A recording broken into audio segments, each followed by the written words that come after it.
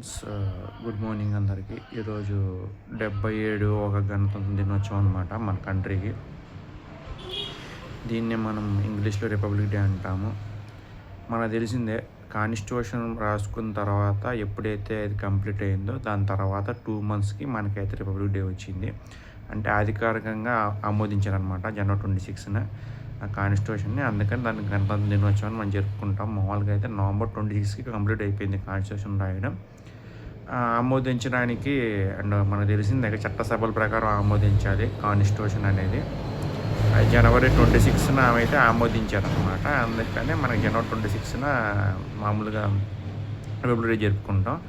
November 26 వచ్చేసి మామూలుగా మనం కాన్స్టిట్యూషన్ డేగా జరుపుకుంటాం అనమాట. ఆ రోజు రిపబ్లిక్ డే, ఈరోజు కాన్స్టిట్యూషన్ డే ఆ రోజు అనమాట. మనకు తెలిసిందే 1947 బ్రిటిష్ వారు వెళ్ళిపోయాక 1947 ఐ థింక్ నవంబర్ నుంచి అనుకుంటా, ఆ టైంలోనే. అందుకే మనం కాన్స్టిట్యూషన్ డే చేసుకుంటాము. నవంబర్ 26 నుంచి మొదలెడితే 1950 జనవరి 26కి మొత్తం అయిపోయిందనమాట. సో దాదాపు 2 years పట్టింది మన కాన్స్టిట్యూషన్ కంప్లీట్ చేయడానికి అంబేద్కర్ గారికి. ఆయన ముందు లాయర్ చేశారు, అండ్ అటు నుంచి వచ్చేసి విదేశాలు చదువుకున్నారు, అండ్ బడుగు బలహీన వర్గాలు బాధలు ఎలా ఉంటాయో తెలుసుకున్నారు. ఇవన్నీ వాళ్ళకి అలా అని చెప్పి ఎవరికి తక్కువ రాయలేదు, ఎక్కువ రాయలేదు. ఎవరికి ఉండే రూల్స్ వాళ్ళకు ఉన్నాయి.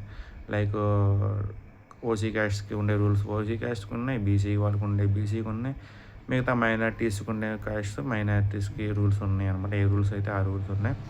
సో జోహార్ సార్, అమర్ హై, సెల్యూట్ యూ, అండ్ జై భారత్, జై Hind, salute your national flag, salute your freedom fighters, and salute to our India. ఎందుకంటే ఎంతెంత గొప్ప మహనీయుల్ని మనకైతే ఇచ్చిందనమాట ఇండియా. సో మనం ఇండియాకి రుణపడి ఉండాలి. మీకు ఒక విషయం తెలిసే ఉంటుంది, నెపోలియన్, అలెగ్జాండర్ ఇలాంటి గొప్ప గొప్ప ప్రపంచ అధినేతలే మన ఇండియాని ఏం చేయలేకపోయారు. కానీ ఇంటి దొంగ నీసిపడేది పట్టలేదు అంటారు కదా. సో మన ఇండియన్సే మన ఇండియన్ నాశనం చేయడానికి ట్రై చేస్తున్నారు. అది మన దేశాన్ని బట్టి దుస్థితి అనుకోవాలో, మరి పరిస్థితి అనుకోవాలో, లేదంటే మళ్ళీ పెరిగిన స్వార్థ విద్వేషాలు అనుకోవాలో, అది మీకే తెలియాలి. సో నేను ప్రత్యేకంగా పేర్లు చెప్పాల్సిన అవసరం లేదు, అందరికీ తెలిసిన విషయాలు అవన్నీ. సో ఇక్కడి నుంచి అయినా కొంచెం దేశభక్తితో, మాతృభక్తితో ఉంటారని చెప్పి మనస్ఫూర్తిగా ఆశిస్తాను. జై హింద్.